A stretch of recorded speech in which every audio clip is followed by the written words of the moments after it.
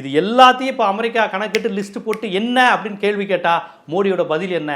தேவையில்லாமல் மோடி சிக்கியிருக்கிறார், வசமாக அமெரிக்காவோட மாட்டியிருக்காருன்னு தான் அர்த்தம்.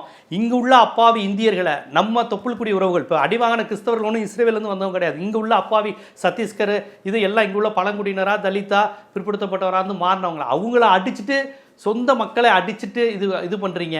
ஆனால் அமெரிக்காவில் இருக்கிறது இவர்கள் இந்தியர்களும் கிறிஸ்தவர்களும் பார்க்க ஆரம்பித்தா வேறு மாதிரியான பிரச்சனை ஆயிரும். ஏற்கனவே பல முறை எச்சரிக்கை விடுத்திருக்கிறாங்க. இந்த முறை இது மிக கடுமையாக மாட்டியிருக்கிறார்கள். சிறுபான்மையின் மீதான தாக்குதல் என்பதை சர்வதேச சமூகம் சும்மா வேடிக்கை பார்க்காது.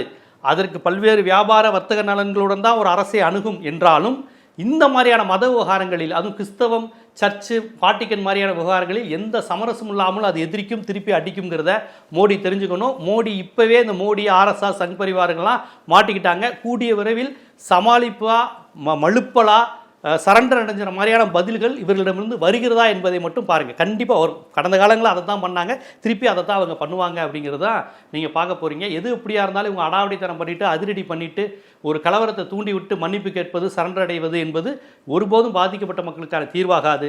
சம்பந்தப்பட்ட நபர்கள் மீது கடுமையான நடவடிக்கை எடுக்க வேண்டும் என்பதுதான் ஜனநாயகவாதிகளுடைய குரலாக இருக்கிறது.